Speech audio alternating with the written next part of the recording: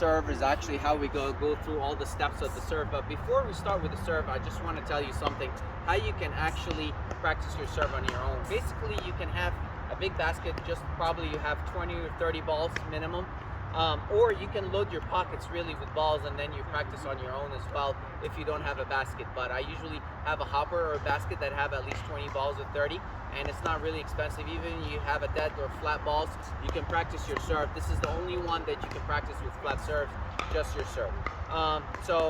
Thank you again, and we're going to start the steps for the serve. From Love to Learn Tennis again. Today, this session, we're going to talk about the serve, how we can actually serve and have a consistent serve and learn how to do the kick serve.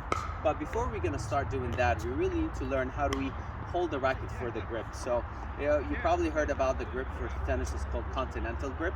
Basically, the way you get the continental is hold the racket with your left hand first. This is your non-dominant, assuming you're a righty.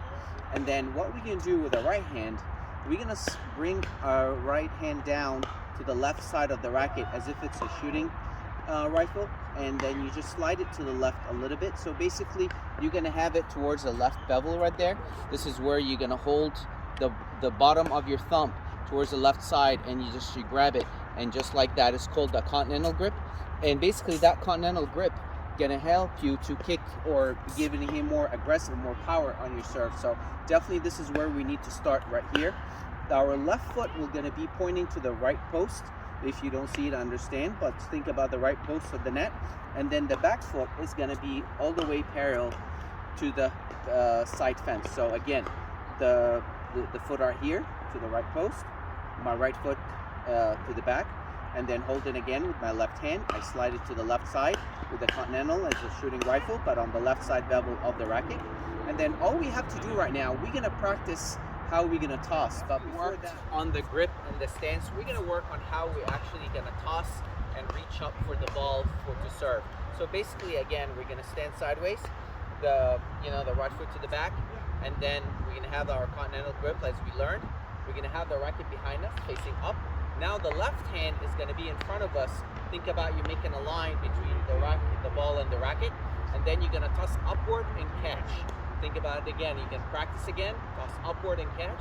If you actually let the ball bounce, it's gonna be bounced right in front of your left foot, as you can see right there. So we're gonna toss and catch. And the best way to do it is actually have your left hand on your palm, and all you have to do is just open up your hand.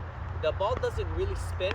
Think about just an elevator, just coming up and down again. So if you toss it or spin it backwards and you have to catch, or you gotta go forward and you have to chase, just don't hit it, you just need to catch it and toss and practice your toss again. So again, we're gonna toss now. This time we're gonna toss up and then tap the ball upward. Just think about your throwing motion, you're going upward, but except with the racket. So and again, I'm gonna have my racket up facing the sky as you see, and then the ball in front of me, and all I have to do is toss and tap.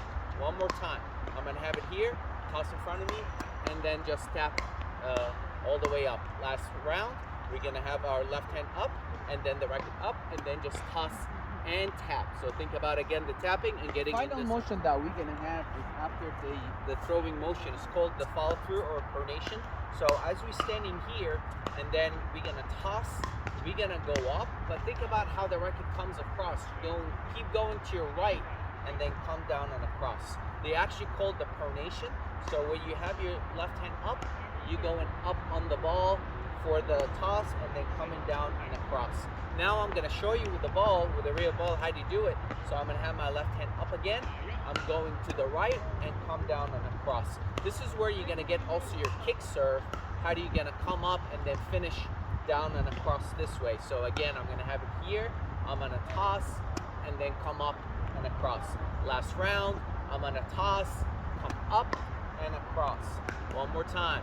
So you're gonna go to your right and finish down and across. Last round, the racket up. I'm gonna go up and across down here. All right. Okay, the final motion that we're gonna have is after the throwing motion. It's called the follow through or pronation. So as we're standing here, and then we're gonna toss, we're gonna go up, but think about how the racket comes across. Keep going to your right and then come down and across. They actually call the pronation. So when you have your left hand up, you're going up on the ball for the toss and then coming down and across. Now I'm gonna show you with the ball, with a real ball, how do you do it. So I'm gonna have my left hand up again.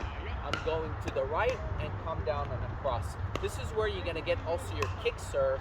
How do you gonna come up and then finish down and across this way? So again, I'm gonna have it here. I'm gonna toss and then come up and across. Last round, I'm gonna toss, come up and across. One more time. So you're gonna go to your right and finish down and across. Last round, the racket up. I'm gonna go up and across down here.